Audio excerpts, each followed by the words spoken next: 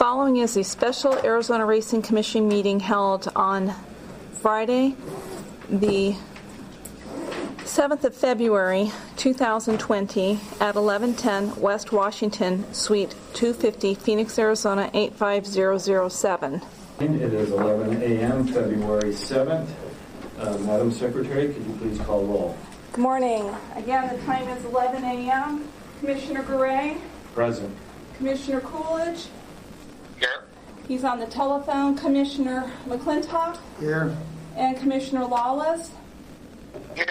He is also on the telephone, and we have a quorum. And good morning to the public. Please, as a courtesy, please silence or turn all cell phones off. If you must take a call, please be courteous to those around you and take the conversation out into the hall. Thank you. All right, again, good morning. Before I call the meeting to order, and please don't worry, I'm not getting ready to walk out.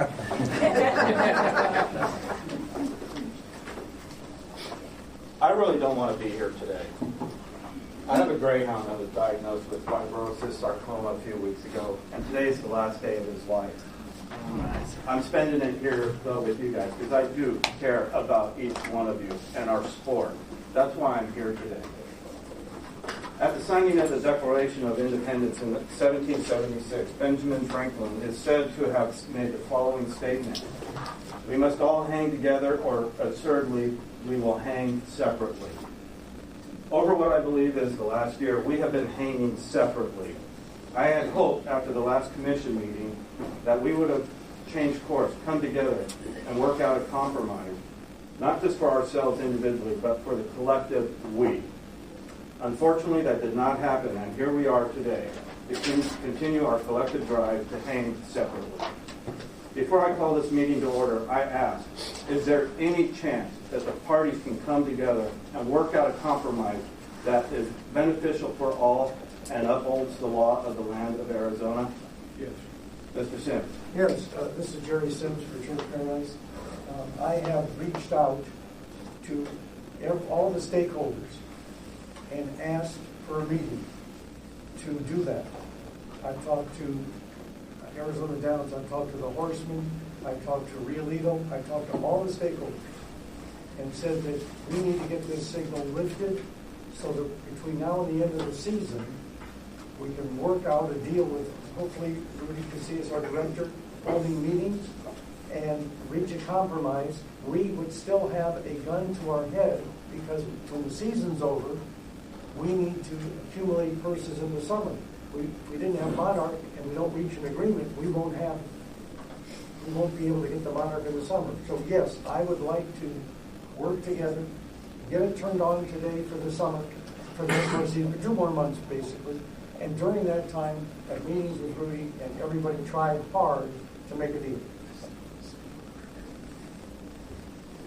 Tom Walker, Arizona Downs. Within an hour of our end of our meeting 2 Fridays ago, I reached out to Turf and spoke briefly with Dave Johnson, saying, "Listen, we don't want to continue this. We can work something. We can make something work." And I think we can, and I think we will. We're not going to make it work unless both our feet are to the fire. And reverting back to where we were 2 weeks ago, I never got any calls from anybody, and I never called anybody until that signal was cut off. So I think what you guys did was very prudent, and I think it's going to bring us together. It's going to force us to make a deal. We all want to get back to the way things were, and I think we can. I think that will happen. I'm in agreement with Mr. Sims, but I think sending the signal out is going to do exactly what it's done for the last 2 years, and that has resulted in no agreement. No, we will work hard on an agreement. I just want to make one comment. We don't want to injure the whole industry at the time. We're going to have to, we've met with the Horsemen, we're going to have to cut out 1 day a week. It'll be Mondays. We've all agreed on Monday. We're going to be cutting a day a week. That's 20% of our racing, from 5 days a week to 4. That means employees will be cut. If we don't need to do that, I will work diligently on making a deal. Can we take 10 minutes? We got a conference room upstairs. No, we can't do it this way. We can't do it this way where you go in and Okay, but you understand the law of the land, right? Excuse me, sir, why can't we do it? it'd be very difficult. Mr. Chair. I've got it right now. We're going to bring back to the meeting then. There's no agreement here. No, it isn't. Well, not if you do it one person's way, I guess we could. If you hear everybody, you can't do it. Give it a shot. It needs to be on record. Yeah.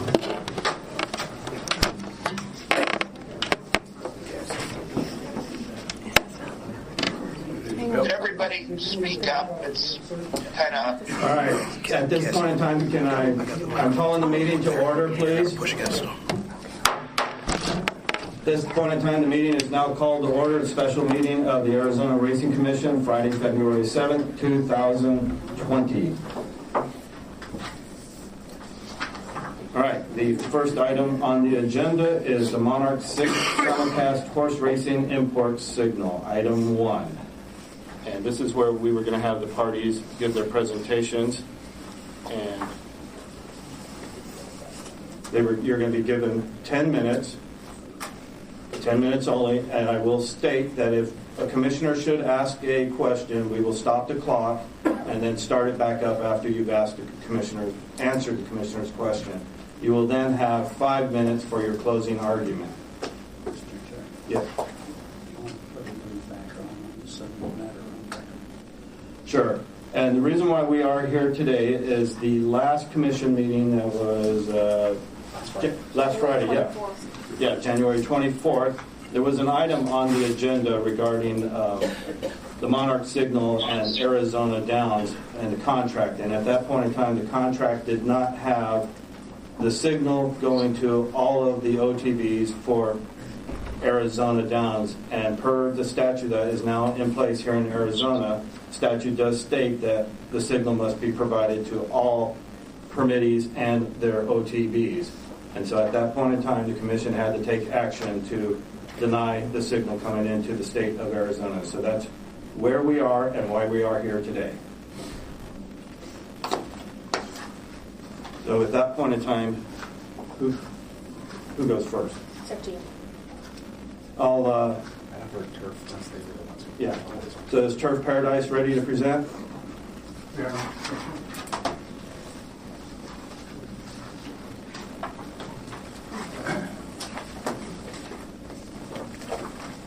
Could you set up the board please? Mr. Director Sis, Chairman Gurry, and members of the commission, and Buzz Austin here on behalf of Turf Paradise.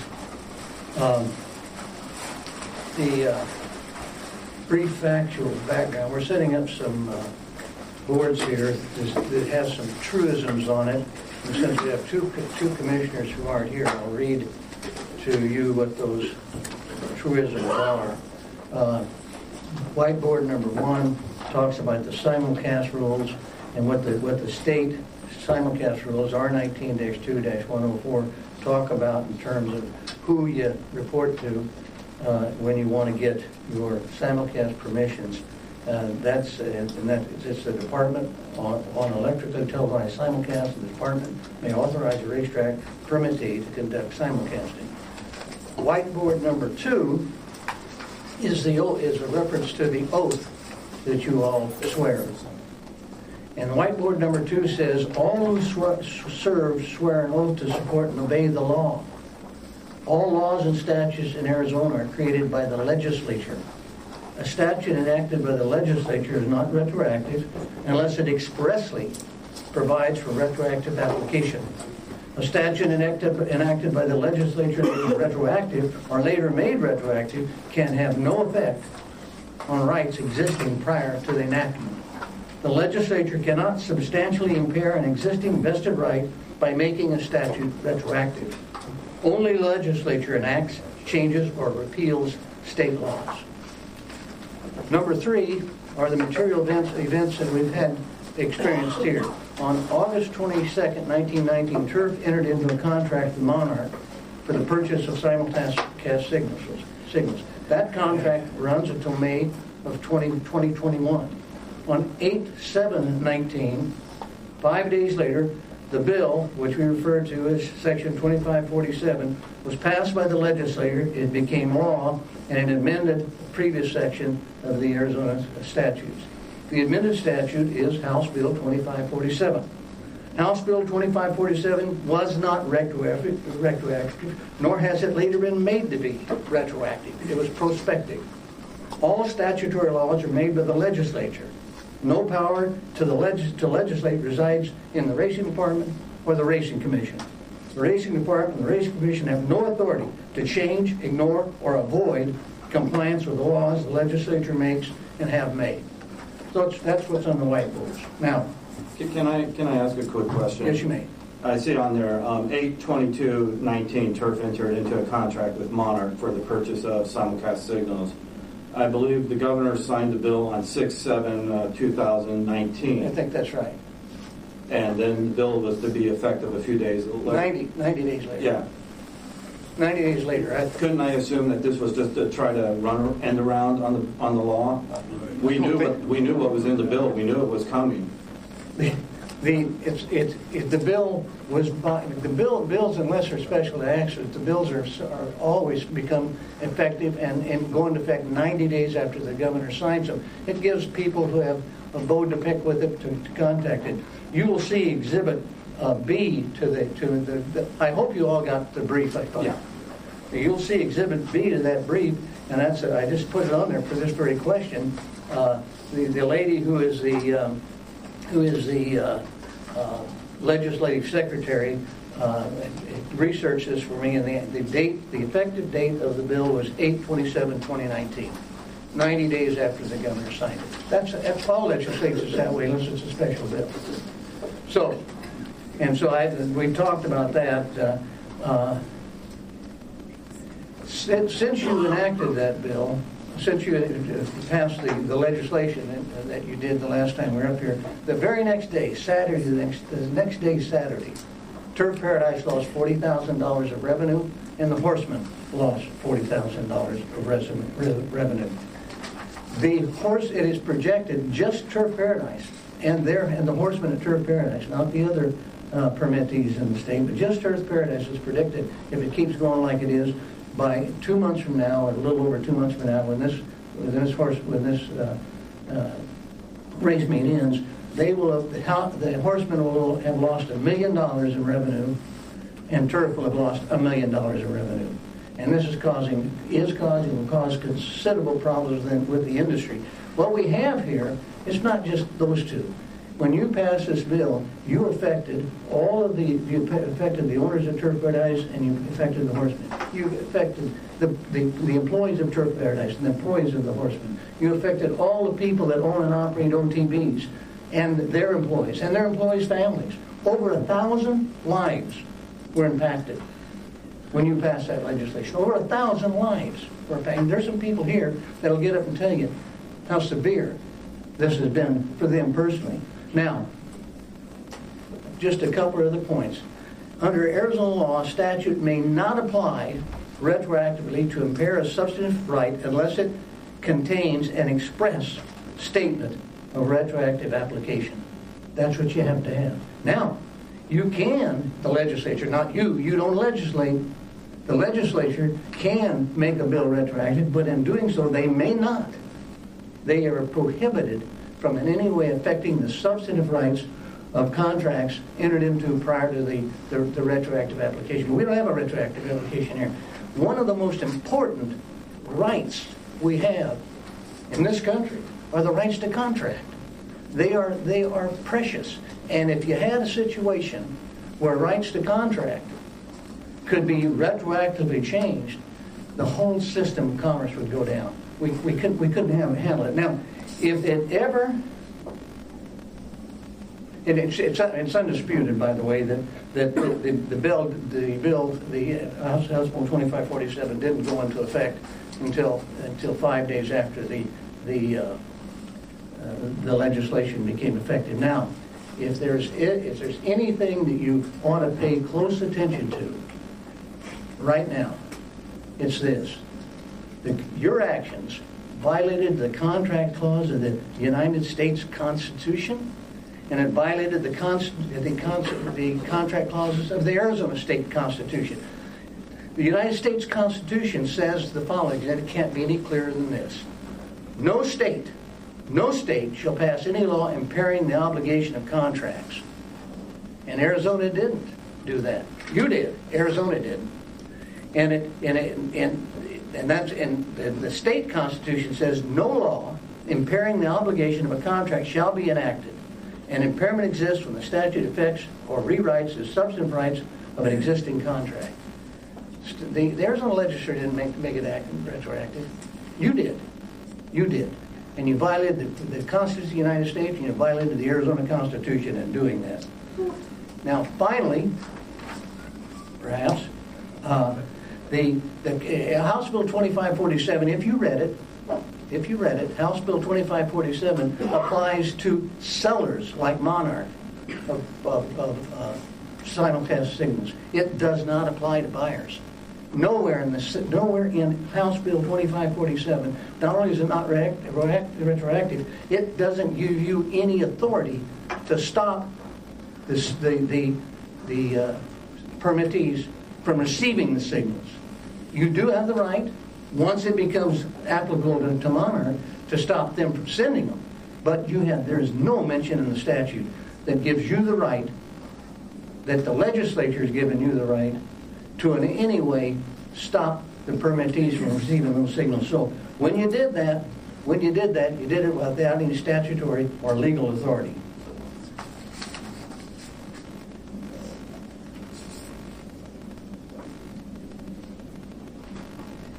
The Interstate Horse Race Act, IHA, also mirrors the same things. They talk about the same stuff. They talk about who is able to receive simulcast signals and who isn't, and how that's to be handled.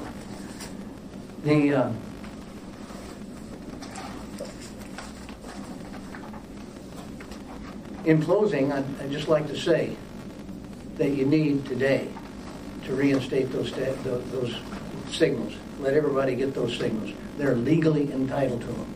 And what you need to do today, if you can, you need to do two things. Rescind the things that you did that were not in conformity with the statute, and figure out how the commission, the racing commission, is going to reimburse these folks that lost tens of thousands of dollars because of the legal position that you took at the last meeting. I would encourage you to address that, address it quickly, and I would encourage you to do like the opposite of what you did before. Order that all the permittees begin to get those signals, begin to receive those signals again immediately, using your word. Immediately. Any questions?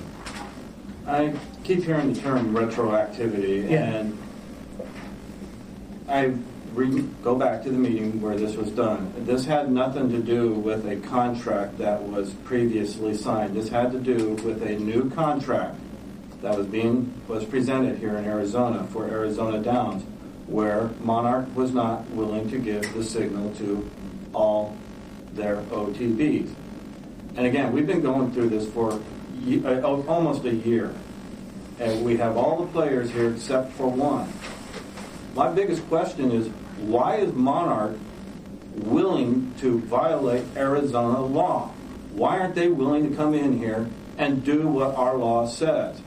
Until a judge rules otherwise, it is right now the law of the land. The legislature passed a bill, sent it to the governor. The governor signed it. We are charged with enforcing it. Why is Monarch just thumbing their nose at the state of Arizona?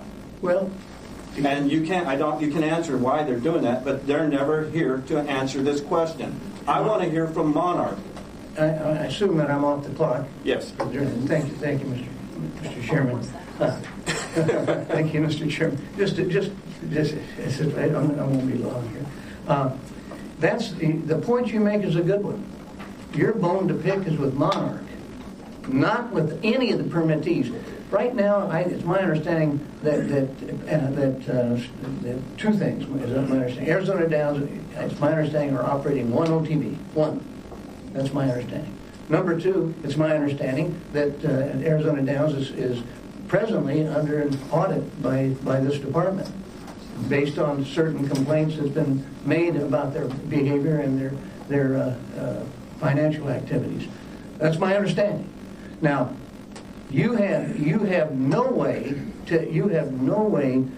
legal way to punish the permittees and all the people I mentioned earlier because Monarch's not selling the signal. Your bone to pick is with Monarch. You negotiate with Monarch. You talk to Monarch. You have never heard us stand up at this lectern and say that we think Monarch should not sell the signals to everybody else. We've never said that. So the answer is, I don't know. You need to reach out to them. Any other questions? I'll think of something. Well, I hope you've read carefully my memo. I did. I read through everything 3 times, even Okay, well, third time this morning. you need to have your lawyer tell you what retroactivity means when it comes to statutory. All right, thank you.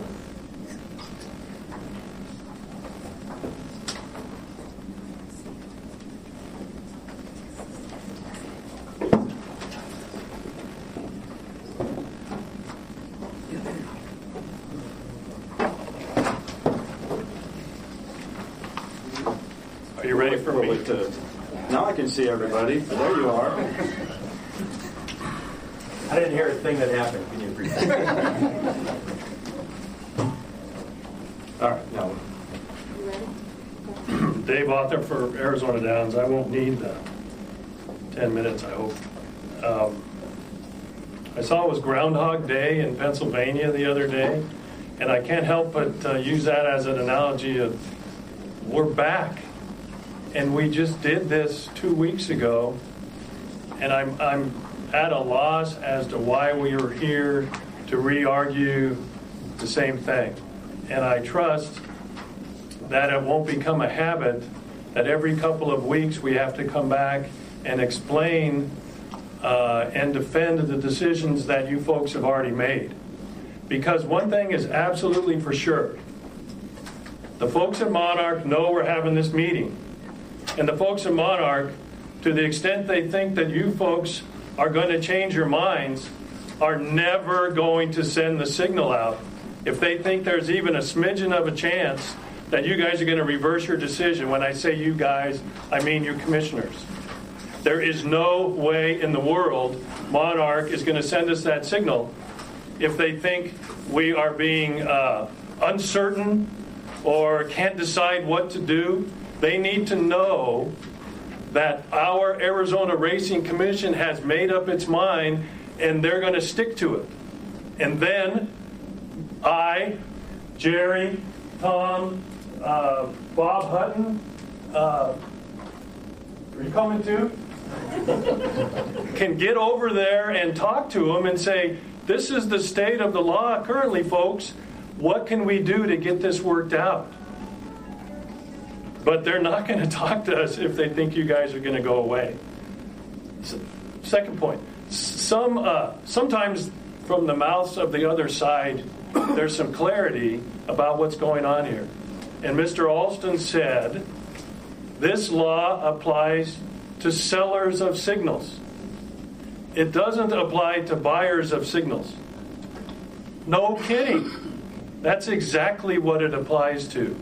It applies to whether or not you're going to allow a seller of a signal to do business in Arizona if the seller of that signal refuses to provide that signal to all OTBs.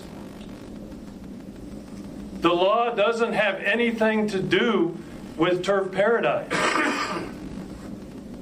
The effect might be that Arizona Downs, Turf Paradise, Burrito might not get certain signals, but the law applies to sellers. And that seller who is breaking the law, as Mr. Olson has indicated, is Monarch.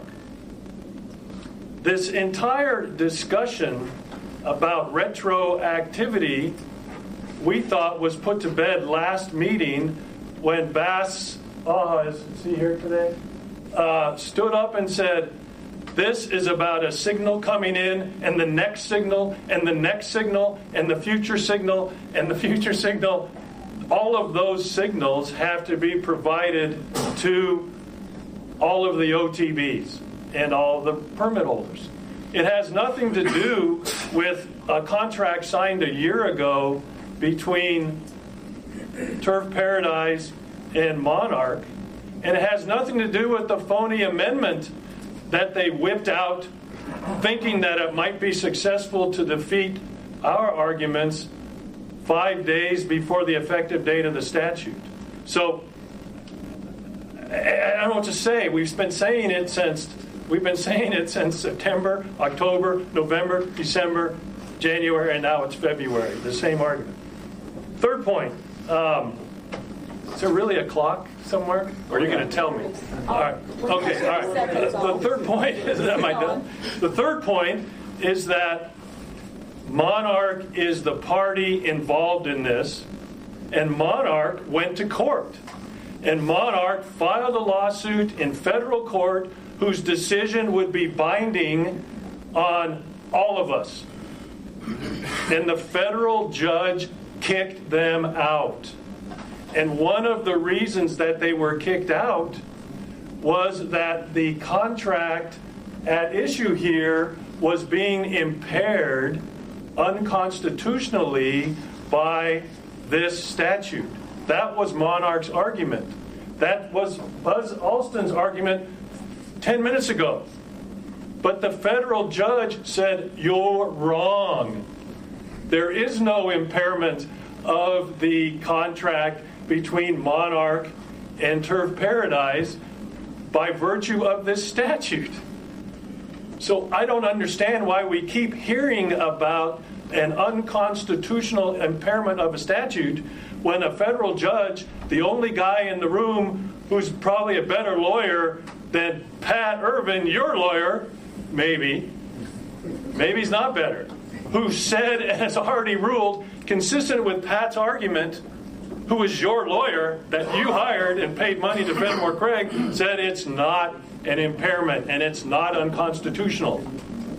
It's not retroactive. It has nothing to do with what's going on in this with respect to this lawsuit or with respect to this statute. You can't do it over again. That's the ruling. If it's appealed and somebody goes nuts and changes his mind, then so be it. But it hasn't happened, and you ought to enforce it just the way it is. I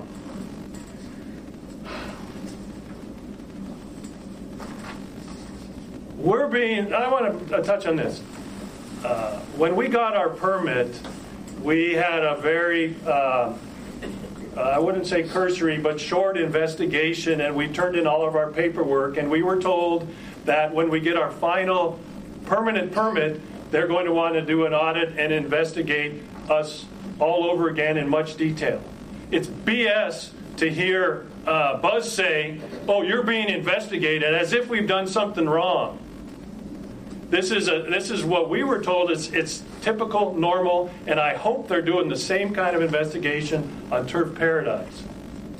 I don't know how that audit is going to turn out. We know we're in some financial difficulty. Too bad. We're going to get out of it. But I will guarantee you we cannot get out of it if we keep getting boycotted by the largest provider of a signal in Arizona. Finally, Turf Paradise acts like, what can we do? Throw their hands up. You know what they can do? They can get on the phone and call Scott DeRudy at Monarch and say, you're screwing up everything in Arizona. Let's sit down and get this worked out. These guys, he has told us for years now, I support year-round racing. With Monarch boycotting us, there will not be year-round racing. He said, I support my horsemen. With Monarch boycotting us, there will be no summer horsemen in Prescott Valley. Time to get on the phone, call them, do something. Don't fight all of our OTBs. Don't have his lawyer stand up and try to change the law. Don't come in here and fight every single thing we have tried to do to run in Prescott Valley. Don't do that. Do the thing that makes sense. Call Monarch and say, send the signal. That's all I got to do. He's a big customer of them. And if Monarch says no, call him again. Bob's going to go talk to the horsemen. Somebody's going to go to Gulfstream and talk to the Florida horsemen. Did I get a signal? Not yet. Oh, yes. we're going to do whatever we can and talk to these folks and say, hey, we'd love to meet with them. But their reasoning changes all the time. Originally, they didn't like Corey Johnson, our partner, so Corey quit. Then they didn't like a phone call one of us made and said we were threatening him. And Jerry carried it around in his phone. He's still in his phone, I'll bet. And he acts like he doesn't even know the guys at Monarch. He's got messages from us to Rudy that went to him, and he acts like he doesn't know them. They're in this thing somehow together. And so let's get some pressure on Monarch to send us the signal, and we'll get moving again. We'll reopen our OTBs. We are criticized about only having one. We don't get enough action because we don't get the Monarch signal. Any questions about anything? I do have a question. And in part of my research for today's hearing, I talked with NYRA yesterday. And my question for them was, how does the language in the contract get initiated? And my understanding is the language in the contract is initiated by Monarch. And so that newest contract that was sent to you guys with Monarch has language in it, I believe, stating that they would abide by the laws of the state, and that you guys would abide by the laws of the state. So my question is, why did Monarch send a contract that knowing they were going to be violating our laws? Again, Monarch is the one that needs to be here answering these questions, why they're screwing our industry in Arizona. It's not the commission. I feel like right now we're in a point where somebody got busted for drunk driving, and instead of taking ownership and owning up to it, they're blaming the prosecutor, they're blaming the police officers. We got to own up to this. It's Monarch, and Monarch needs to be at this table. I'm tired of this. We've gone for a year, and Monarch is the one avoiding coming in here and answering and helping our industry out. I'm just sick of this. No, I agree, and there's a clause to obey the law in our OTB contracts with all of our OTB providers. It says if you break the law, we can terminate you immediately. It's a Monarch boilerplate contract that's in all of them. Every single one says the same. They are agreeing that they can terminate or they can leave, or either side can, if somebody's caught breaking the law. And they're doing it. They're just doing it blatantly, and they did it in... I attached an article. I don't know if you folks got a chance to read what I provided. Should I leave? 30 seconds. Oh, okay. Wrap up. I have to go to the airport, actually, but I attached an article about a similar situation, and maybe you guys saw that Monarch tried to boycott a signal up in Northern California, and that they've already ruled against them, so Monarch does have to provide that signal. We can't figure them out. We're just a bunch of real estate guys that bought a track, and Time's up. Thank you. We just want to make it.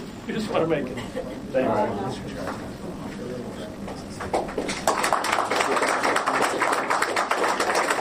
I think the horsemen are next. We haven't got to call to the public. So the horsemen, since you had offered... I signed up, yeah. But you had offered a brief, though, on this. Did you want to speak? Yeah, that brief was from Mr. Napier. Oh, so, Mr. Napier's not here? He's here. No. Okay. 5 minutes start now? Well, You're 4.5, right? 4.5. I don't need 4.5. Actually, I would like to talk with counsel before we get into closing argument. Then make a motion. I'd like to move to, before we get to closing arguments, to go into executive session. Second. All right. Okay, so Mr. McClintock seconds. Commissioner Coolidge? Yes. Commissioner Gray? Yes. Commissioner Lawless? Yes. Commissioner McClintock? Yes. Okay, the time is 11:34, and this first open session is recessed for executive session. And you guys can stay here. We will move upstairs.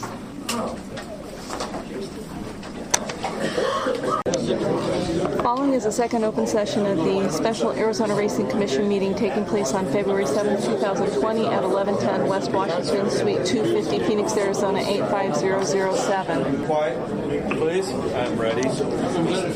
Okay, hit your gavel, please. Thank Thank you. We're going back into the second open session. The time is 12:05 p.m. This is Commission Secretary Cassie Goodwin. I'll take the roll call. Commissioner Coolidge. Here. Commissioner Garay. Here. Commissioner Lawless. Here. Commissioner McClintock. Here.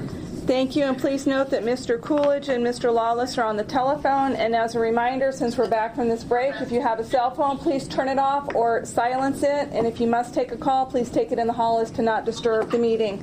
Thank you. It's all yours, sir. All right, thank you.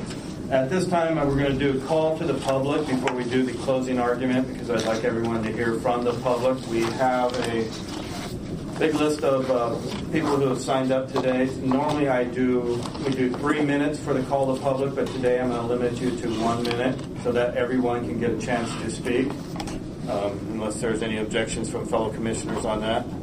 Not for me.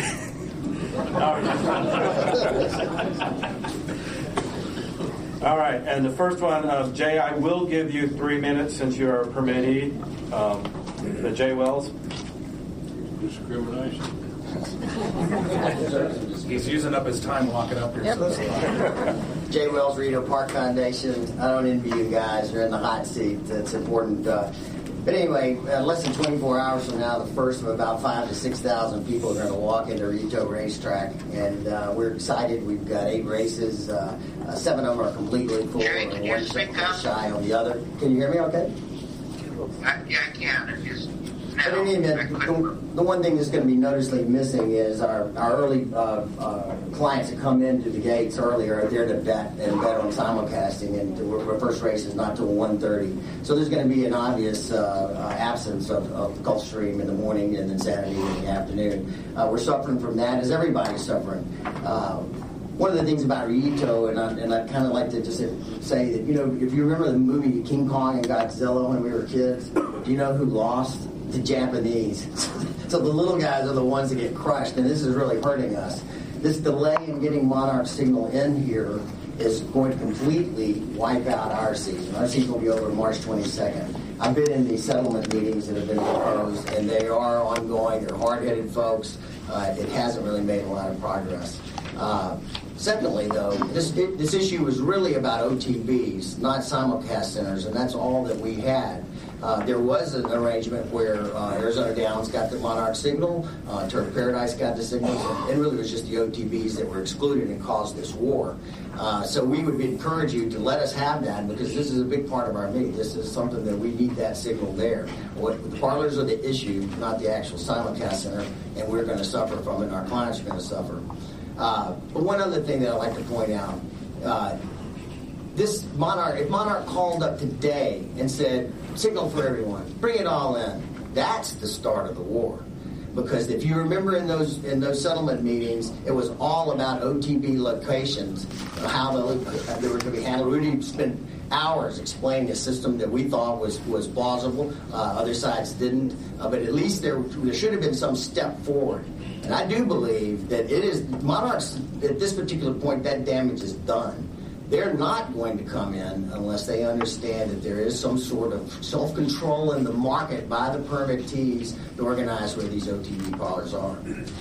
In Pima County, we have an agreement with Turf Paradise that has a set distance that each parlor can be in between the dog track, our new parlors, etc. But I'll close on saying we're having a hard time getting people to sign with the parlors because it's like, you've got the right to have an ice cream store, but you can't sell chocolate. We worked to try to get this OTB legislation for 6 years, and now we have it, and we can't sell chocolate. So anyway, this is something that's common sense. The Monarch issue is just the first step. That you guys will be inundated on parlor conflicts at every meeting, and I just can't even imagine it. Thank you very much. All right, next would be, let's go with, and please do forgive me if I butcher your name, Brenda Lambrecht.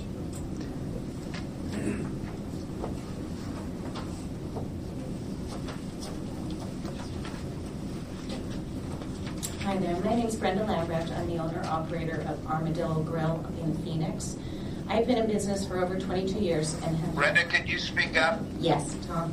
And have had off-track betting for 17 of those 22 years. I am here to urge you to please reconsider your decision. By taking away the major tracks such as Santa Anita and Gulfstream, my business and the other 59 off-track betting businesses are my business, which is a small business, and the 59 other OTB sites are drastically harmed in this. I understand that some of it is personal and political that started the decision, but it's affecting the 28 people that I employ as sales were down the week of the Pegasus race when the tracks were pulled. My sales were down 30%. Those 28 people that I employ are both young and old, men and women. They have kids, grandkids, they have student loans, mortgages, they have rents, even single mothers trying to feed their kids. We all know that 35 cents from every dollar in a small business goes to the state. Thank you. So, thank you. Aren't we worth saving is my point in that. Chuck Smiraglio? Close enough. Okay, my name is Chuck Smiraglio. I own Copper Still Moonshine Grill in Chandler, off Chandler Boulevard 910. We're one of the newest locations. We've had it to be about 6 months ago. And when I first heard about all this stuff with the simulcast, I thought, well, we're all on the same playing field because, Joe Blow can't go down the street and go to Joe's Bar and Grill and bet the tracks. Boy, was I wrong on that. We saw an immediate impact. Jerry alluded to it earlier, saying how many lives this does affect. We're losing on the average about $50 to $100 a day during the week, maybe $200 to $300 on the weekend per day, about $1,000, $1,200 a week. That's over $4,000 a month. That's over half my rent right there, And it affects the servers, kind of like she was talking about our servers. We've already cut back one a day and two at night that would handle the OTB action that we've had because it really took our business to the next level. And I'm a small business owner. It's just me and my wife. We have no investors, no backers, no deep pockets. So I'm just trying to support my family as well as my waitresses and bartenders try to support their families. So we encourage you to get this resolved. And so Thank you. Amy Butler Pritchell.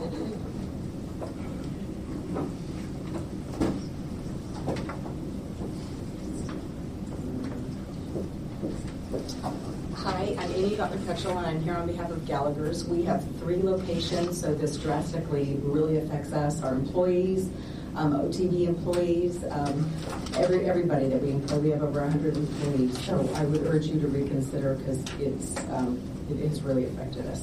Thank you. Now here's somebody I know. Dave Johnson.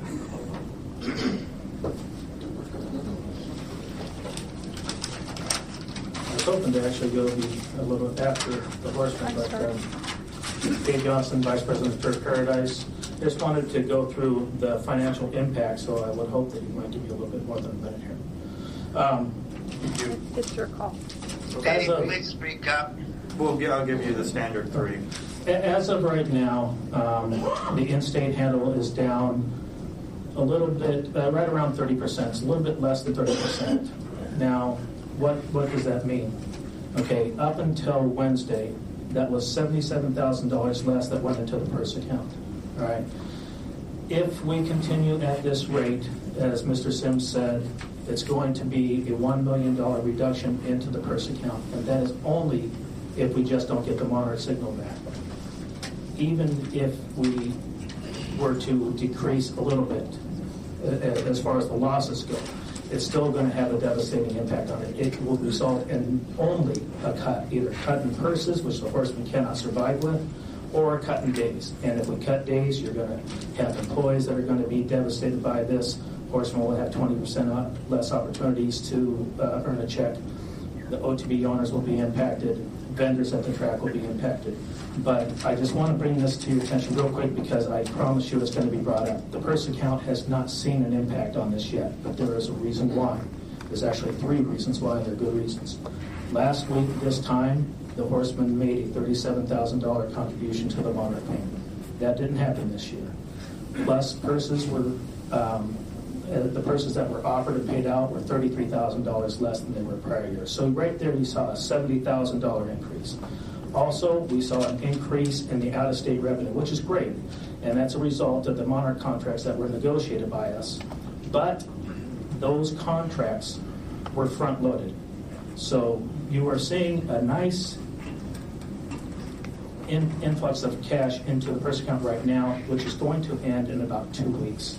So while we'll still generate revenue, it won't be at nearly the same rate that it was. So I'm just letting you know now, these are the numbers. The numbers are factual, and it's going to have an impact. It will result in either a 20% purse cut, or we're going to have to cut at least 10 days. Wayne McIntosh.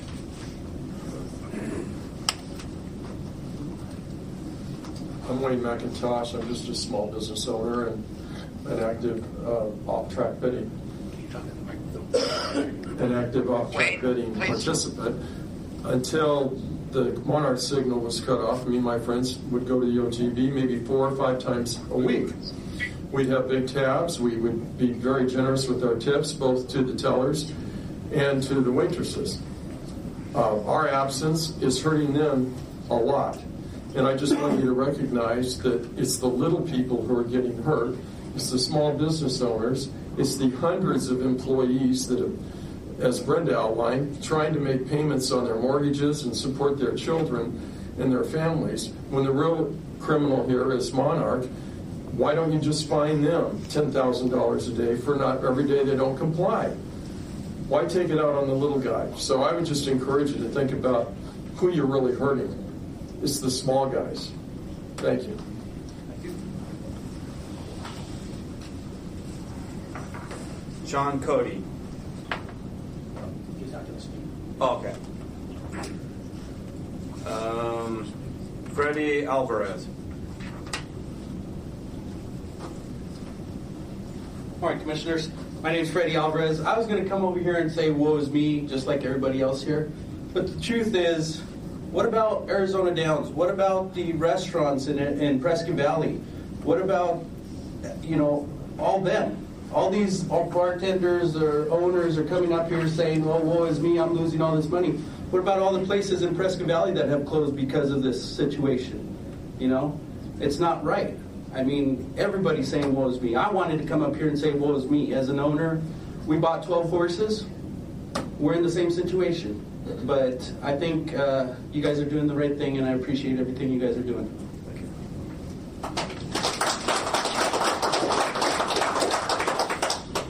Vince Francia.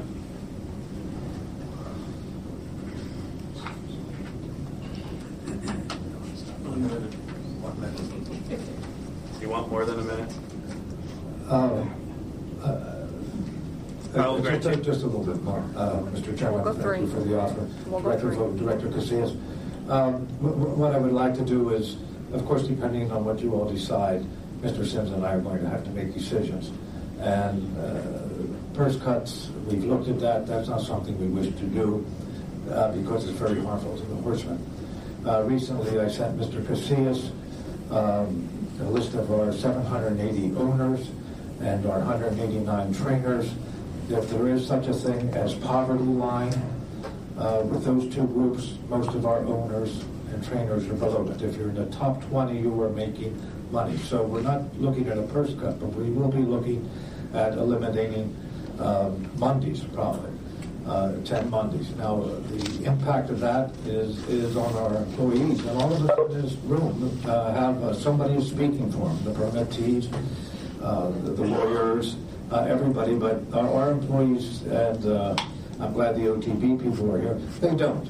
And they are the ones really going to be affected by it. So whatever time I have left, I would like to yield it to one of our employees because he wrote something, and it really, you need to hear this, and you need to hear it from him and not from me. So if our security officer, Brandon Holmes, would come to the podium, if it please the chair, please the commission, to hear from him and not from me.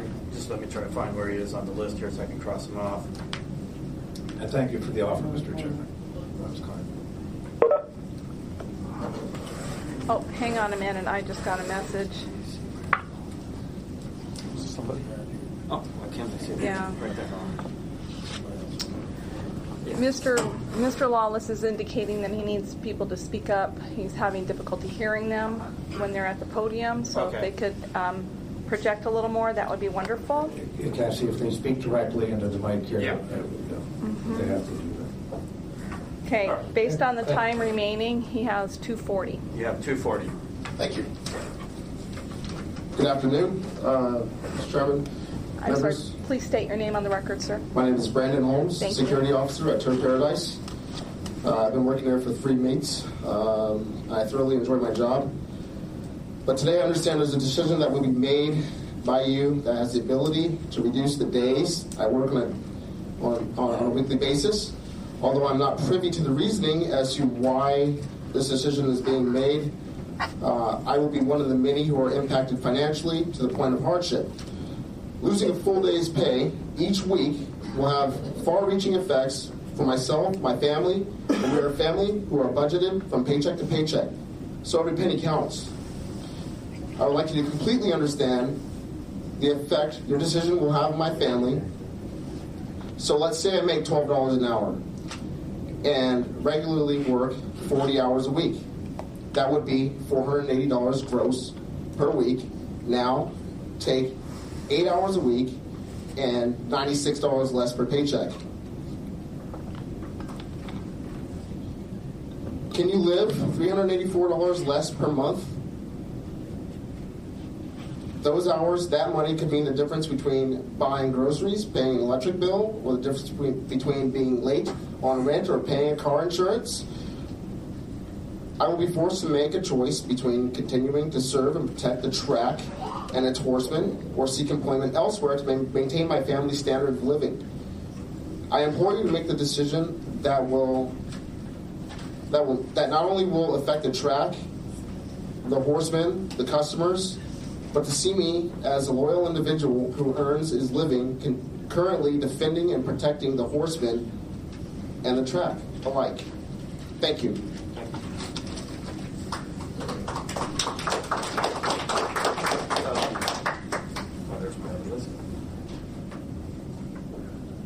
Brenda Lambridge? You already did her. Oh, she signed up. Okay. Buzz, do you need to? Buzz, you don't need to. Do you need to speak, Buzz, or you want us to save you for your closing argument because you're signed up on here? Well, I just, if I may, just save it. It's his closing. Yeah, we'll save you for your closing then. Right. Deborah Curtis.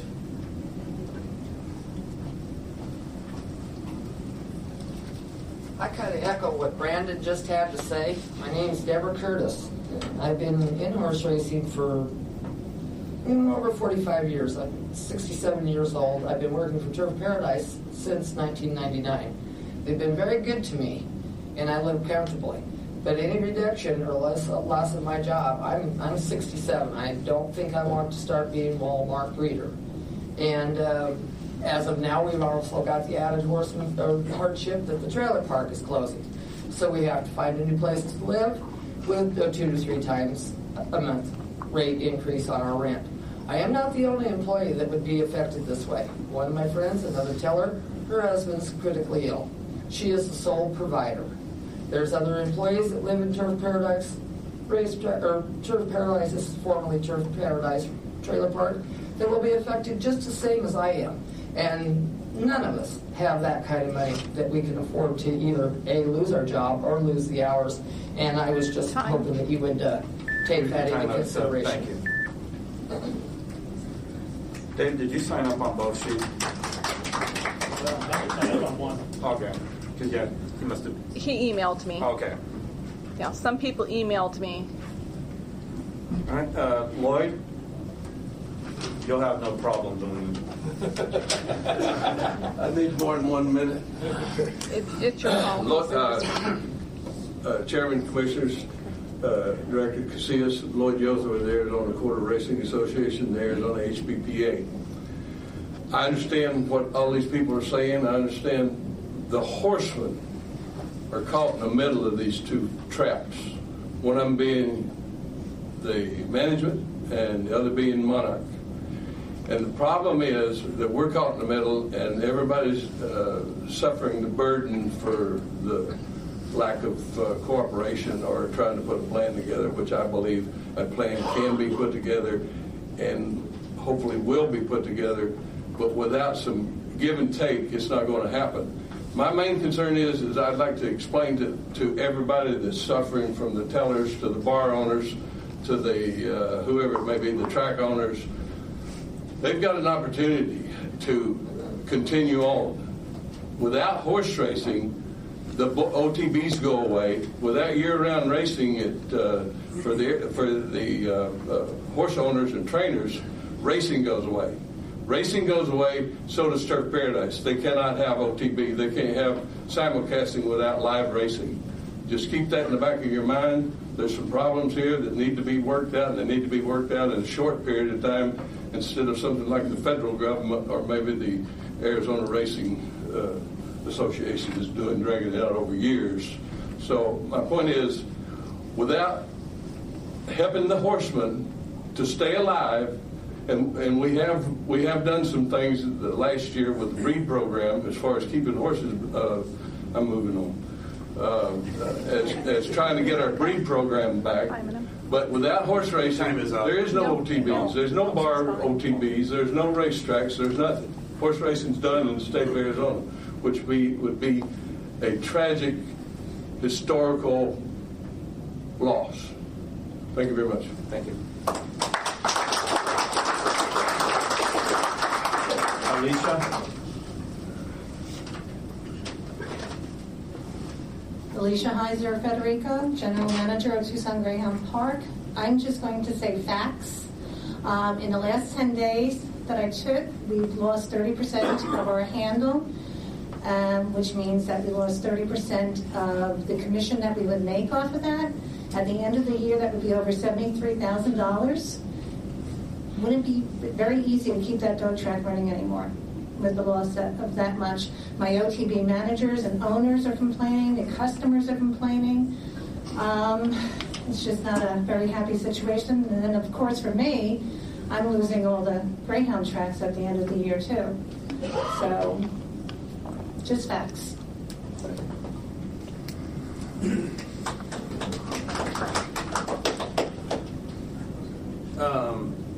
Dave, I'm saving you for your closing argument because you had signed up on here, but all right. Did I? No, it was Tom that was doing there. Yeah, I actually do have to go to the airport. Can I give my closing argument now, or do you want me to wait? I would prefer to wait and hear from the public. You may delegate it to another mouthpiece in my family. Not another Arthur. That's Tom. Okay.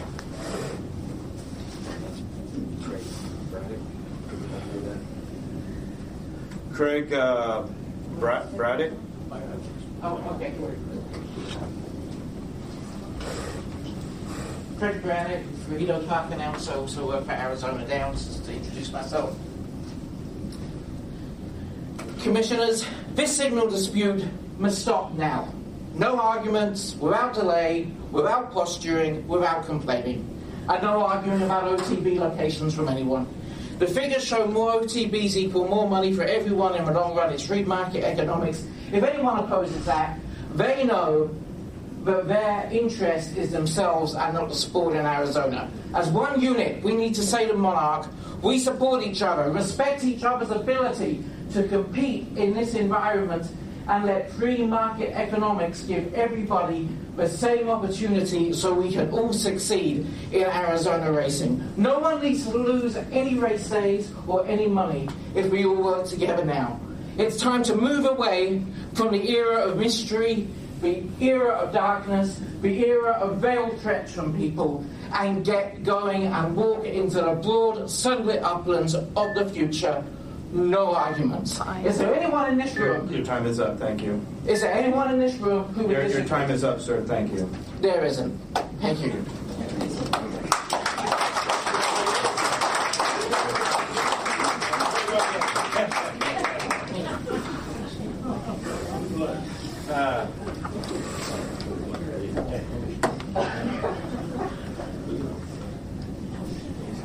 Is that Z, G, there?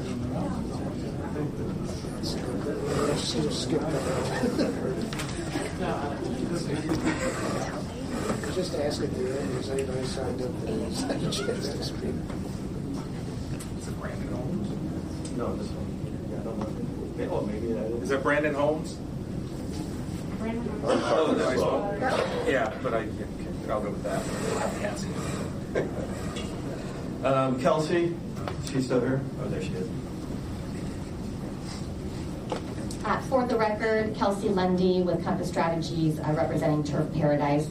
There's clearly a disagreement over the applicability of the legislation that was passed last year. We do not have the privilege of hearing what you all are hearing in closed session. So I'm going to get past that and get straight to, can we come to some sort of an agreement today so that Turf Paradise, the employees, the vendors, the horsemen are not harmed for the rest of the horse meet. So what I would ask is that you please reconsider and amend your decision from January 24th to allow the Monarch signal to go to Turf and their OTBs, allow the Monarch signal to be used for Riedo, so that everybody has financial certainty for when they started the meet and end the meet. During that time, we can have weekly stakeholder meetings that are done by Director Casillas and possibly the chair of the Racing Commission or whoever wants to participate, possibly bring in a mediator and see if we can come to some sort of an agreement before that. But Monarch is the one that's going to have to agree to that. Turf can't Your time force is up. it. Thank you. you. All right, Leroy.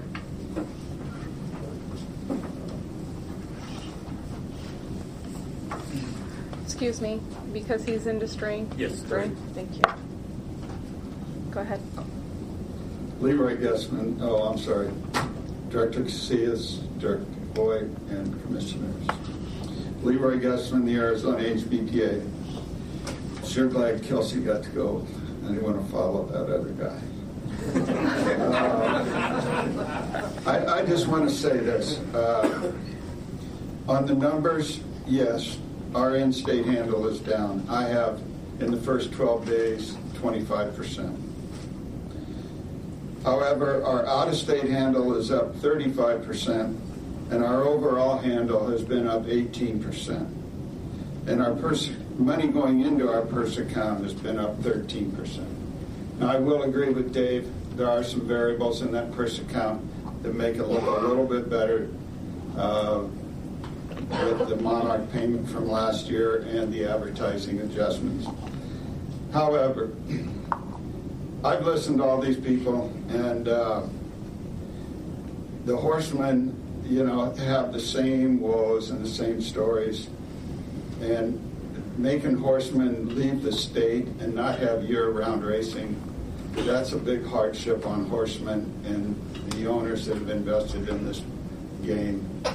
I also want to say, I think everybody is affected in this.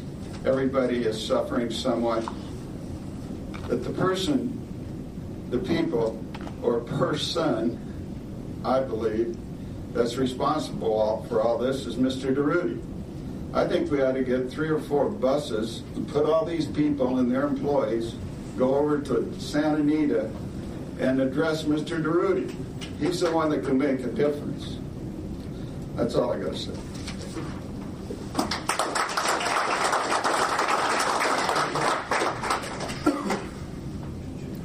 Shelley Starr. No.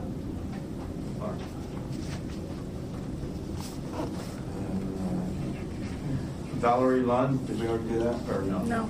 Okay.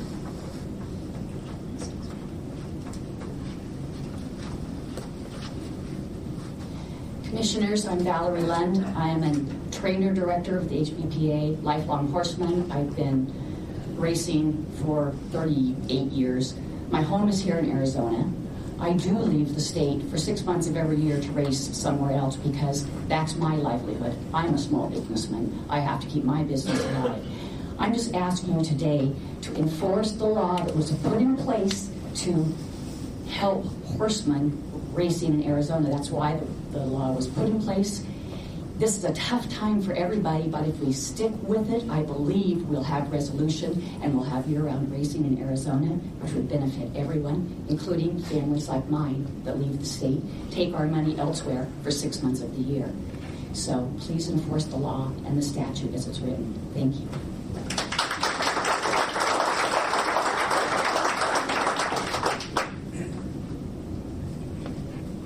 Irving Paul Lack.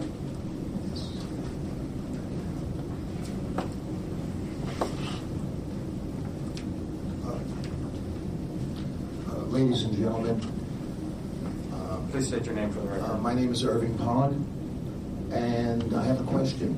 Has the state of Arizona initiated any legal proceedings against Monarch?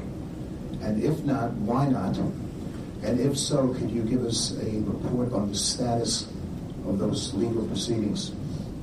Thank you. Thank you.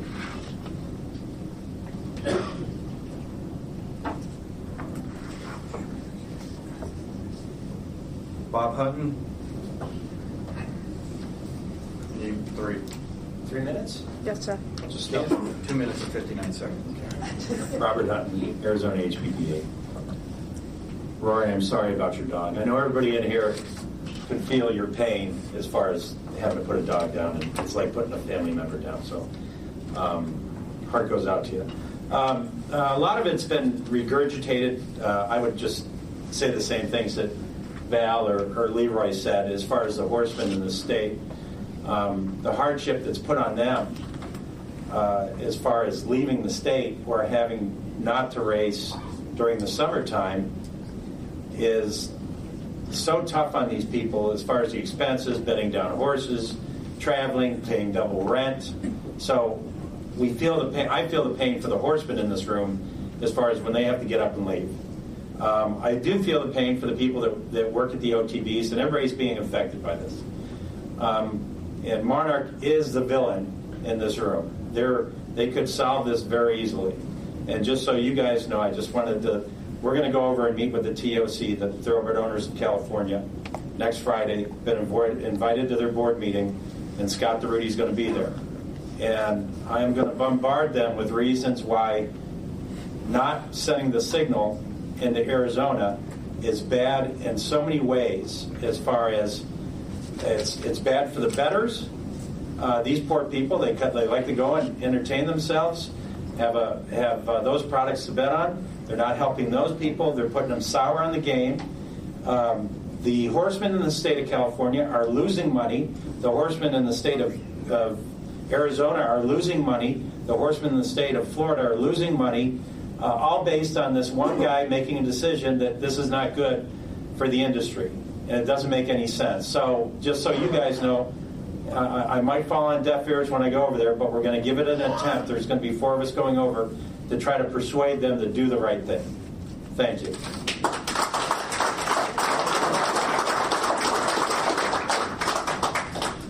Jerry Sims.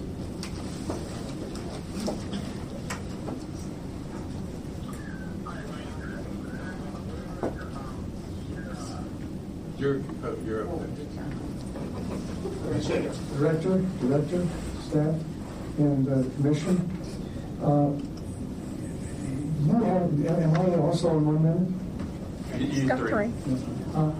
You have the ability to stop all this suffering, and I am totally committed. I was committed before, and I'll be committed again fully, that if you turn this signal on, we won't have to make these cuts of Mondays, and we will figure out to have a deal. Now, Dr. Santorum, who's one of the horsemen, and he's also a breeder, he said, what about a mediator? And I thought, isn't that a good idea? We just settled the horseman's contract. We did a new 3-year contract using a mediator. So I think we ought to try that theory of inviting a mediator, could even use the one we used that everyone was happy with in the horseman agreement. But I'm fully committed. But if you go ahead and do this, where you keep the signal stopped, everybody here is going to suffer, and the horsemen are going to lose $1 million. I'm telling you that if I go on the backside and I try to find $100 for those guys, you can't find it. Now you're going to take $1 million out of their purses. It's craziness. We're shooting ourselves in the foot. We can work out a deal, but I know when I spoke to one of the other owners, he said, well, this keeps your feet to the fire. I said, no, my feet are to the fire. We don't need to turn this off, because let's say we continue to the end of our season, which is just a couple months, a little over a couple months. Well, I need it turned on for the summer, because I've got to accumulate purses for the summer in order to be able to build my purses. We need to get about 2.5 or 3 million during the summer for next season, or we couldn't run next season. So I do have a gun at my head if we sit in those meetings to get something done. But I'm committed to it, and you need today to lift that because it is killing all these people in this room. Thank you. Jerry.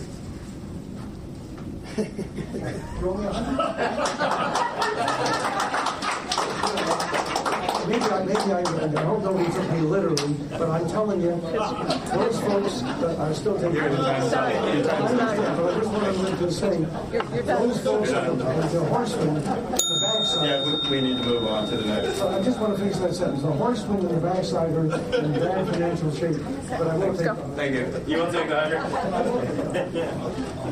100? All right, Steve Nolan.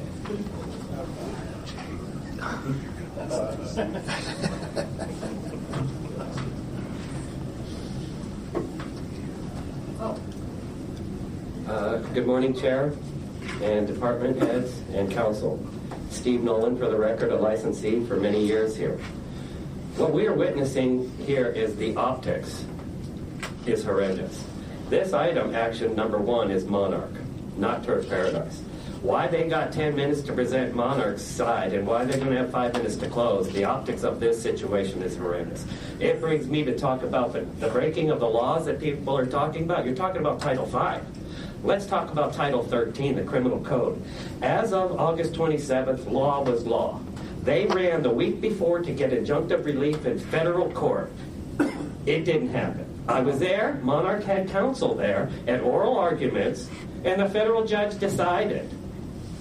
Since August 27, hundreds of thousands of transactions have taken place against the law of this state. Director Voigt, that would be the director of gaming. Counsel for gaming. Christian and Attorney General. These are violations of Title 13 also. Your time is up. Thank you. Thank you. All right, thank you. All right, that is the end of my list. Was there anyone else that would like to sign up? Who has not spoken already? Okay. Oh, you can come on up. I thought I called you earlier. No, you called his brother. Oh. That's all right. Well, where'd your brother go? This is not the final argument. He had to go to the airport. He's got a pregnant daughter coming in. Tom Author of Arizona Downs, directors, commissioners. You have 3. You have 3. Thanks. I absolutely understand what all these folks have said about the damage it's causing them. I wonder what you would say to the 227 employees that we've had to lay off because of this. What you would say to the 8 bar owners, 25 employees that are no longer working at our OTBs, at the 15 or 20 more we would have by now. We're hurting too. And Brandon, I feel for you, but what would you say to the 2 security guards that we've had to lay off? Not cut back, lay off. What will you say to the horsemen when our $2.5 million of purses are no longer available to them? We can solve this, and we're willing to do it. The reason we're starting to hear about figuring this out is because you guys had the guts to cut the signal. We're all motivated to do this. So I will meet at any time. The answer to this is to go back to the old way we used to do business. And we've supported that. We've pushed for that for 2 years. We can make that work.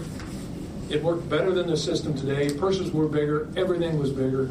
We're happy to meet with a mediator. That's fine. But I just want to make sure everybody understands that all of this gloom and doom doesn't necessarily have to be. And also, we've lost a lot of employees too. I wish they were here to say something, but unfortunately, they're out of a job. They're not just going to take a pay cut, and our bar owners are, we're just not able to do it anymore. And that's solely if Turf gets the Monarch signal, we don't. We will shut Arizona Downs down. There will be no year-round racing. And to you folks, I mean, you have a commodity, either as a bar owner that can accommodate an OTB, or as an employee that knows how to run pari-mutuel machines. If you let a monopolist continue to maintain his monopoly, that destroys a market. That brings downward pressure on compensation available to bar owners. It brings downward pressure on salaries. It's not good for anybody. So I think before we all run off and blame Arizona Downs and look at all the suffering that the Turf Paradise people are looking at. Please keep an open mind. Consider the difficulty and the suffering we've had at Arizona Downs too. So, and also, maybe be careful you don't bite your nose off to spite your face by destroying a market that you have a huge part of, and that goes away when there's no competition for your facilities or your employment. That's all I really have to say. Thank you. Thank you. Stacy Campbell, yes. Stacy? So by calling my name, I'm the last one. Well, unless somebody else comes up while you're talking. That could happen. I don't need 3 minutes unless you want to get one. You only get one. All right. I am a breeder here, as everybody knows. There's other breeders that are here. Now, we're the ones producing the stock in Arizona. We're the ones that are actually making the horses born, raise, run, make money. If it wasn't for the horsemen and the horses that are existing here in this state, my family and I have doubled our stock. I got 25 head. I've got 5 more coming. We're sending 3 horses to Kentucky, and we're dropping the horses in Arizona. We bred 5 in California. If it isn't for the horsemen producing the product, then we produce a product. There's no racetracks. Neither one of them are going to exist without us. And the thing is, why are we spending all this money? I mean, if you guys understand that we got $15,000 a month in feed bills, employee bills, and how many employees do we have in our barns? I mean, it's ridiculous. You guys have no clue the concept that we have to produce to let this track even run. Turf Paradise, Arizona Downs. Do you know once we heard Arizona Downs open, when tracks are closing across the United States, we have a track opening? One last thing. We're still here to run, and we want year-round racing. Thank you.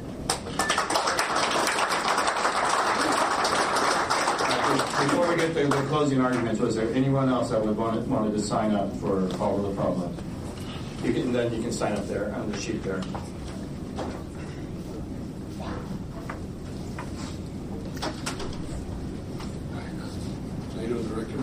State your name for the record. My name is David Cook. I represent District 8. Commissioner and Director, I've been sitting here listening. I come down and I sat here with my friend Lloyd, and I wanted to hear some of the stuff that was being said because I hear all sides. I try to make sense of it just like you all were sitting here trying to make sense of it today. But what I do know is the facts of this, is that I vote on the bills that fund the Breeders' Awards, and I champion that because of this woman that just got up here and spoke, because I want to see horse racing expand. I think we all want to see horse racing expand and opportunity expand for the breeders. You got to have tracks to run horses. Got to have horses at the tracks to have races. That's all common sense. But when it comes down to the signal, I thought this thing was solved, and I apologize. We had some stakeholder meetings last year. I thought this signal thing was solved. Obviously, it's not. I'm in shock because I did vote for the bill in question.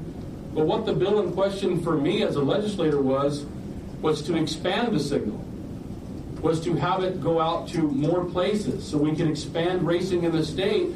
And I was shocked when I found out that, in fact, that bill is being used to do the exact opposite, is to shut down the signal. Now, I've talked to those fellows on the phone at Monarch and stuff, and I've had conversations with them, with my horseman friend and stuff in the back, and we try to solve these problems. And all I can tell you is what they tell me. If I ask them, they will come to Arizona and we can sit down and fix this. I've heard all the tracks. I want to see Prescott successful. I want to see the one down in Tucson successful. I want to see them all successful. We're trying to work now, and that's why I just get sidetracked, but we're trying to work on bills now to continue to help the county racing on circuits and stuff to continue to expand and make horse racing better in the state. So I know you have a tough job to do, but I just had to say it.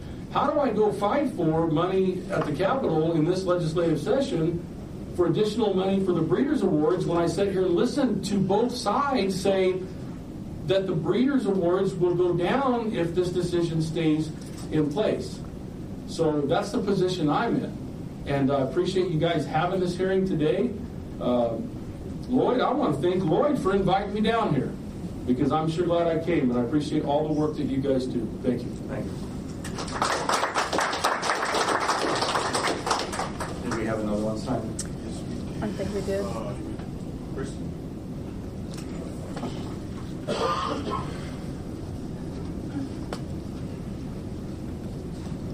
Hello. Thank you bless you. My name is Kristen Boyce. I'm an owner-director for the HBPA. I didn't want to come up and speak. I'm very nervous. But as an owner that races here in Arizona, I'm really excited that we're going to have year-round racing and that this makes it possible, because right now I ship my sable to Minnesota for the summer. It costs me $1,900 for each horse to ship it there and ship it back, in addition to the money that we put into Minnesota that we could be keeping here at home. It's very expensive to move our stables, and we do this as part of our livelihood. So by creating a level playing field, and I think that this bill has done this, we will be able to stay at home. I can go take my kids up to Prescott in the summer. We can watch our horses run. We don't have to fly across country to do this. So thank you.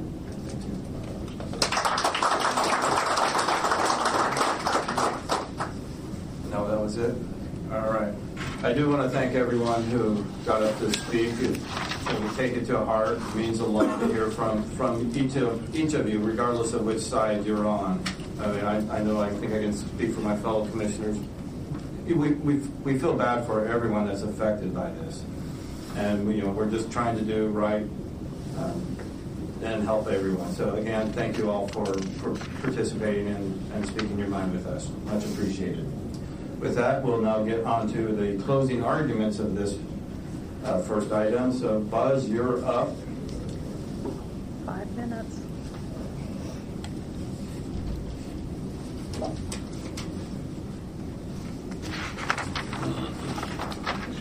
See us, members of the commission.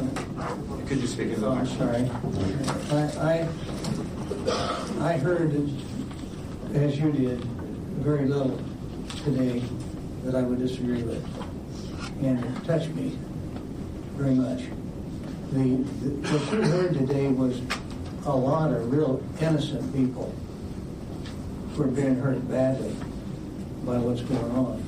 I will tell you again, and assure you again, that under the laws of the state of Arizona and the federal constitution, you do not have the right to apply retroactively that bill. You do not have that right to do that. And so you're kind of stuck in that regard. But what you do have the right to do, I think, is to try to carefully, with our help, with Turf's health, with Arizona Downs' help, with everybody in this room's help, try to convince that some kind of agreement can be made that Scott Rudy will go along with. If I told somebody one time, so you'll understand this, the company that Scott Rudy runs is a subsidiary of a huge company whose primary business is making automobiles and automobile parts. And to give you some idea, the importance of Monarch to the Stronach Group is about the same importance as a lens on one tailgate on something they make. I mean, they are huge, but they're human beings too. And I don't break the law just because you don't like the law. You get to talk to your lawyers about what retroactive means. Actually, I'm sorry that the legislator didn't speak at that a little bit, but I don't know. Jerry has talked to some people of the mediator. We did successfully mediate with the horseman, the horseman contract last time. Can't get the same mediator. It was Judge Chris Kelly, and he went into a 6 months sabbatical leave. I don't think he attributes it to us in our mediation. But I think a couple of things. I think you guys have to figure out a way, with our help, everybody's help, to reach out to Rudy and see if we can do something to cause him to feel comfortable about sending his signals here. And we all ought to do it. We ought to, if need be, we ought to have a mediator, like we did before, and get all the interested parties. Nobody in this. These are innocent people here that you've heard from today. Some are on the horseman side of it, some are on the OTB side of it, but they're all innocent people. And we just to say that you are going to enforce a law that is unenforceable isn't getting anything done. And by the way, that Arizona Downs did not lose the case they filed. When Mr. Arthur got up here, and he's a lawyer, and he said they lost, and the case is still pending. What happened? They sought a preliminary injunction enjoining the enforcement of this statute, and it was denied. And I'm sure Mr. Arthur would tell you that very seldom do you see temporary injunctions issued in cases like this. The case is alive and it's still ongoing in Monarch. We have nothing to do with it. We're not involved in that litigation. So, anyway, what you need to do today is you need to turn the signals back on to all these innocent racetracks that have OTVs. They're innocent. They've broken the laws. You have no authority to close their signals down. Open them up again today, immediately, like you did before. And let's give everybody in this room give you their assurances. Certainly, we will give you their assurances that we will help you talk to Scott Drury and whatever needs to be done with Scott Drury. We have never ever encouraged him to cut the signals off. We'll work with you. We'll get a mediator. Whatever you want to do, but don't continue to punish over 1,000 innocent people. Truly punish them by what you did impulsively 2 weeks ago. Thank you.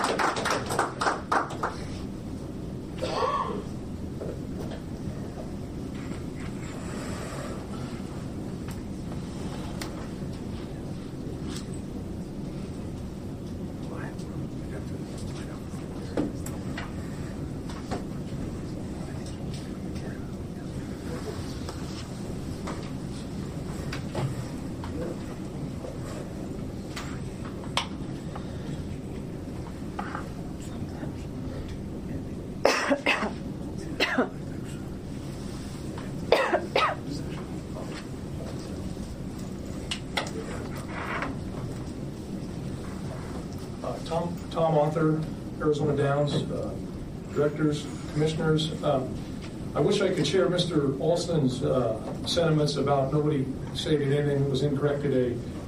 Mr. Alston stood up here and said that this is a violation of the contract clause of the United States Constitution. It's also an impairment on Arizona Downs. This law is an impairment on a contract between Monarch and Turf Paradise. Let me read to you. This contract does not impair the plaintiff's Monarch's current contract with Turf Paradise at all, let alone substantially impair it. That's a direct contrast to what you heard from Mr. Alston. With reference to the contract clause of the United States Constitution, the contract clause does not extend so far as to prohibit states from enacting legislation particularly related to regulated activities such as gambling that may affect the parties' expectations of future private contracts. Conversely, the contract clause does not entitle a party to contract around an existing regulation. For these reasons, plaintiffs are not likely to succeed in demonstrating that HB 2547 impairs Monarch's present contracts in Arizona such that it violates the contract clause of the United States Constitution. Again, 180-degree contrast to what you heard from Mr. Alston. If you took the time to read the opinion in Orange County with reference to the Northern California Signal and Monarch, very similar ruling. Monarch tried to cut in another effort to monopolize the market. Monarch tried to cut the contract, cut the signal to Northern California. A judge ruled against that. Now they have to supply that contract. So, there is no discussion on this case, and Mr. Irvin could probably correct me, but right now Monarch has requested a stay in the legislation. They are appealing the injunction, the denial of the injunction. But as of right now, I don't believe there's any ongoing litigation with reference to the underlying case. Am I wrong on that, or? Okay, can't say never mind. So at any rate, and again, we feel for everybody here, but please keep in mind that you've had people who are employed who are taking salary increases, but we have more than 200 people that can't be here because we had to lay them off. So we're hurting too. The only way out of this is to pressure Monarch. Don't pressure us. Don't pressure the commission. Don't pressure the legislature. Where's the pressure on Monarch? Turf has sent a letter out requiring their employees to come here and wear their uniform and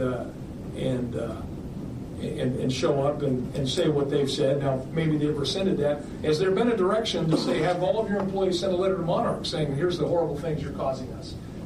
Let's quit fighting each other, and let's fight Monarch. And that's really all we have to say. You've made the right decision. We'll get through this. We're not going to get through it by maintaining the status quo where we made zero progress. With this signal cut, we'll get it figured out, and we'll get it figured out quickly. The mediation he references, I think, how long did the contract negotiations between you guys and Turf take? Which one of us are you asking? Months and months and months? It started the end of last week. So, almost a year. We don't have a year to mess around with some mediator we'll get in a room, we'll get it figured out. And if we can't get it figured out, it'll be obvious to all parties why it isn't figured out, and you can respond accordingly to that. But this letting them off the hook, letting Monarch off the hook by bringing the signal back in sends the wrong idea, because Monarch's just going to say, Turf controls that market. They're never going to, Arizona Downs is never going to prevail. Here we did was squawk a little bit, and in a week, they reverse the decision. I don't think you guys will do that, but I'm encouraging you not to do it. Keep everybody's feet to the fire. Let's get this figured out. Don't let Monarch off the hook. That's all I'm saying.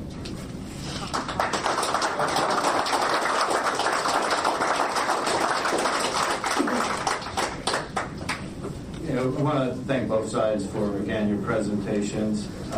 Again, I wanted to thank everyone who spoke earlier. I think we each take what you've said to heart.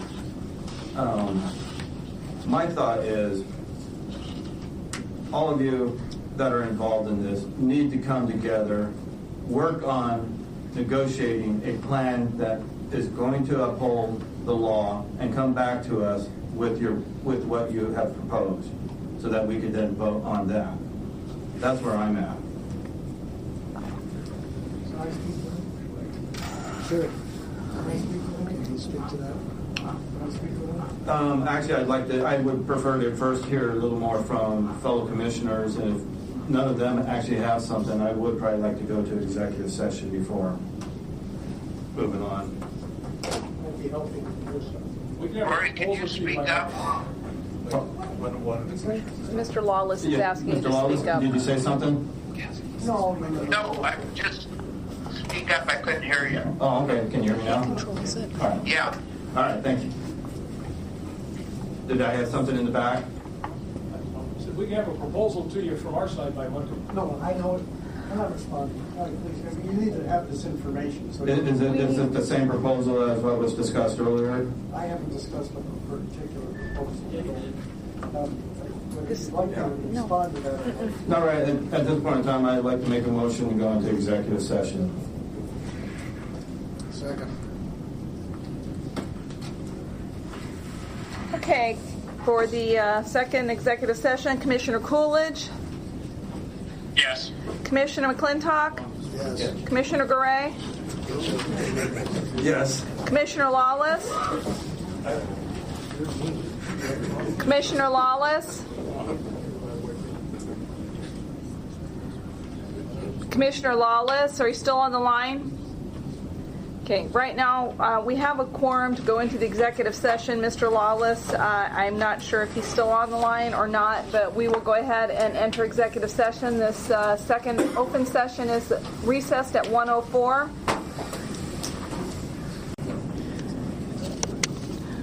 Following is the second open session of the February 20th, 2020 Special Arizona Racing Commission meeting held at 1110 West Washington, Suite 250, Phoenix, Arizona 85007.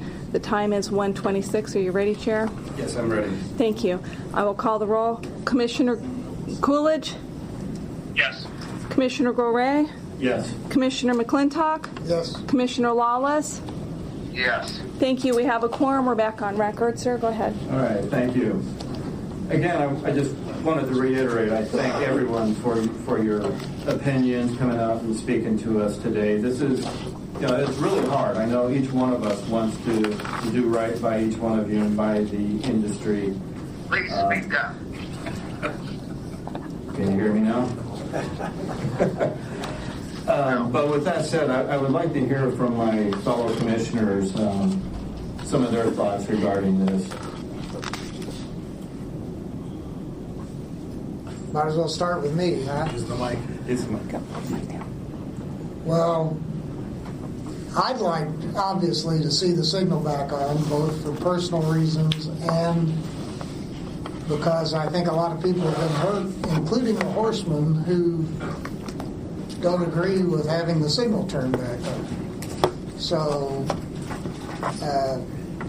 that's my 2 cents worth. I think you guys could work this deal out with the signal on just as easily as you could work it out with the signal off. But obviously it's up to you guys, and I'm not sure how this will swing. Anybody else have anything to say? Tom, I see where you're coming from on, turning the signal on and getting that done. My concern is that in good faith, we spent countless hours at the department with the stakeholders trying to make that work, and for lack of a better term, got nothing done. With most of those stakeholders in the room today voicing that they would actually rather have the signal off and try to get that resolved than signal on. I think that's how I'm feeling about it. And to state the facts, we have to follow the law that the legislature passed. And I appreciate Representative Cook being in the audience today. And if he feels like this wasn't the law that they were given to sign and vote on, and I might even add, use vote on heavily, I would recommend to him to go back to the legislature and have them have that conversation. But our role as a commission is to follow the rules and the laws that they put out for us. And this is where we are. So I'm happy to hear anybody else's comments, but that's how I feel about it. Tom, did you have anything? I agree with Commissioner Clintock. I mean, I'd like to see the signal on through the end of the meet and have the parties come back to us with the understanding that if they don't reach a Monarch, it doesn't go through 2021. It just goes through the end of the meet, and then it's cut off for everybody. But there's a lot of people being hurt. I mean, Brenda spoke earlier. I'm a 5-day-a-week guy now that I'm retired at Brenda's establishment, the Armadillo, and I'm surprised she hasn't shut down the doors. Losing my drink and eating bill every day. But it's a travesty to a lot of people. So, and it was done so abruptly that nobody had a chance to react to it. I mean, all of a sudden, the signal is off day after you guys met last month, and it's probably for selfish reasons, but it's mostly for reasons that I really feel for the people that spoke today, and they're living from paycheck to paycheck, and now they get cut by 20%. It just kills me. So that's just my feelings. And wanted to thank my fellow commissioners for their input. I know this commission, over the last several months, we have put hours and hours into this. It seems like every meeting, this is a subject we're talking about. And I just feel like we're spinning our wheels. Early on, Arizona Downs came to us and said, "Can't you do this?" And we said, "No, we can't. You need to go to the legislature and get a bill passed." Well, they did. And the legislator spoke. The governor spoke by passing the bill and getting us to sign. And we now are tasked with enforcing this bill. Well, I can feel for everybody, your pain, the only thing we can do is uphold the law. What I want to see is the law upheld and everyone involved get together, work on an agreement that upholds the law, come back to us, and I promise we'll work with you on that and get it done immediately. But to me, that's the only option we really have before us right now. Otherwise, we're just going to be next week on Thursday. We'll probably be having another discussion about this if you guys don't work this out. I agree with the chairman, and I would ask that the department make whatever needs necessary to host these meetings and facilitate them in any way so that we can get everybody on the same page, whether it's a one network system or everyone lean on Monarch. But none of the commissioners, and this is one thing I feel very strongly about, none of the commissioners enjoy this. None of the commissioners are happy about either way that this has gone.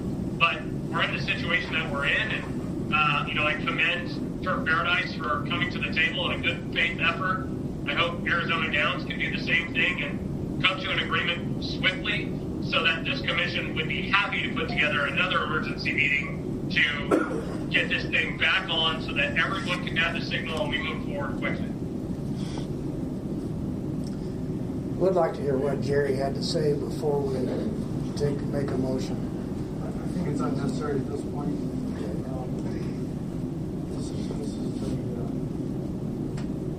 I'm open to... If he's speaking out there, he needs to come to the podium, please.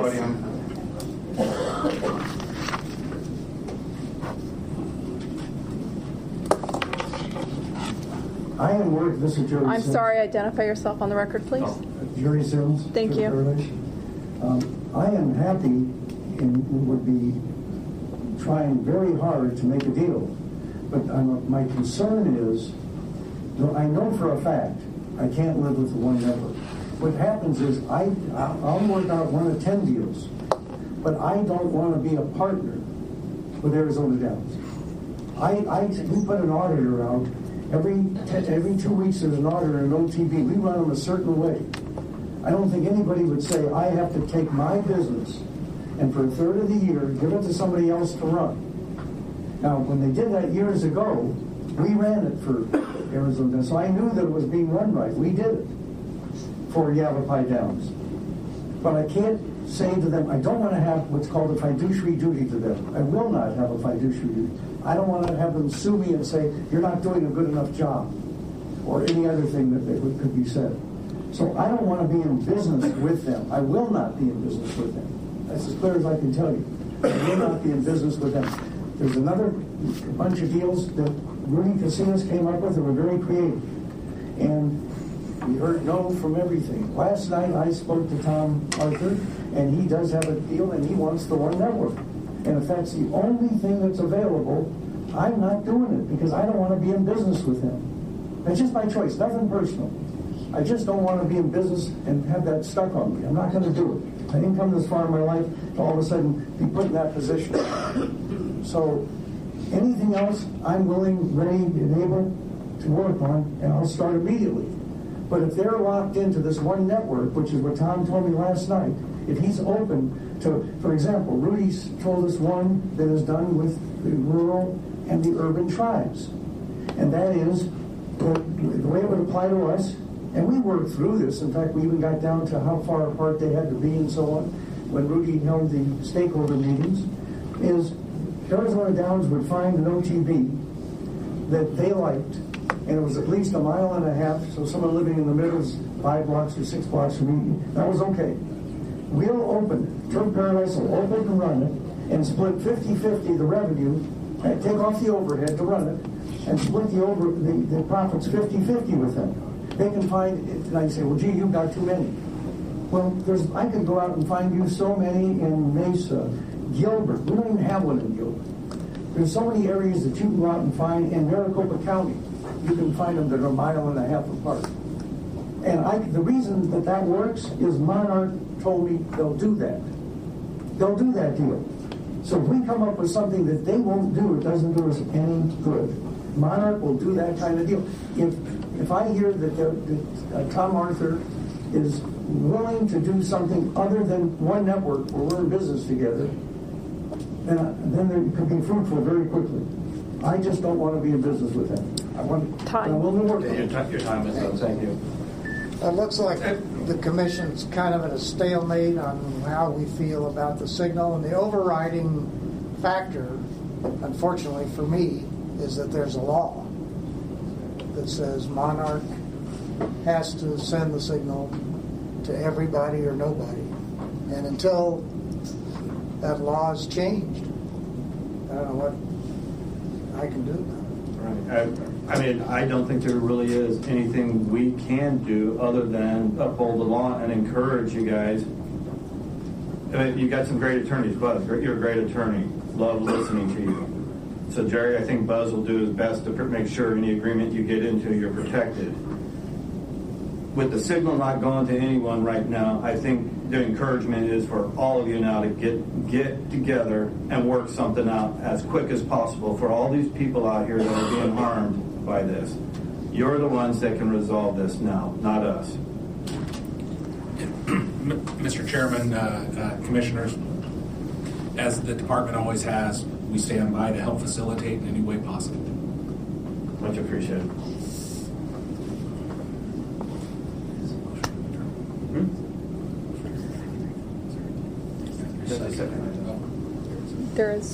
Then I'm just to make the record clear, there's no action being taken on this, that the previous meeting's decision stands. Yeah, I do not think we could do anything forward. That's what I needed on the record. Thank you. So moving along to agenda item number B2. B2, 2020 amendment to OTB agreement between Raleigh Park Racecourse and Arizona Downs. This would essentially allow the radio signal to be broadcast to the Arizona Downs track and its OTB network. And everything's in order. As we approve. So Commissioner McClintock made a motion to approve the agreement. Do I have a second? Second. That would be Commissioner Lawless. So on any discussion? Nope. Okay. Hearing none. All those in favor, please say aye. Aye. Aye. Opposed? Okay, Commissioner Coolidge? Yes. Commissioner Gray? Yes. Commissioner Lawless? Yes. Commissioner McClintock? Yes. Okay, that motion carries, and the OTB agreement between Rito and Arizona Downs is approved. So we have a call to the public, and I was asked to read something into the record for this. Sure.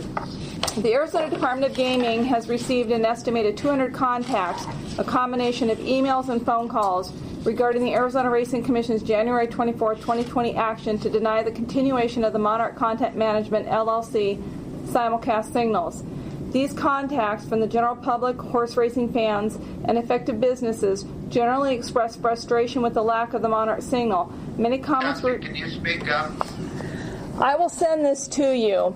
Many comments were supportive of the Commission's action. This correspondence is available to the Commission. So if you are interested in receiving any of those emails, then we will facilitate forwarding them to you guys. But we just want to get that on the record. Right.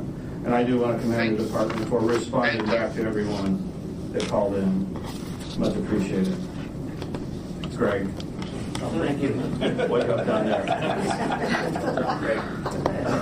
Did I hear, Tom, did you have something?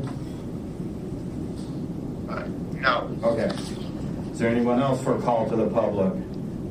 Hearing and seeing none, the next item is D, announcement. The next regular scheduled commission meeting will be at 10 a.m. on Thursday, Friday 13th. That's next Friday, right here in the same building. Thursday. Did I say You said Friday. It's next It's Thursday. Friday, yeah, next Thursday, February 13th, right here. Clarify. Okay, do I have a motion for adjournment? Do I have a motion for adjournment? I'll second it. So Commissioner Coolidge? Yes. Commissioner Gray? Yes. Commissioner Lawless? Yes. Commissioner McClintock? Yes. Thank you. This meeting is adjourned at 1:41 p.m. Thank you.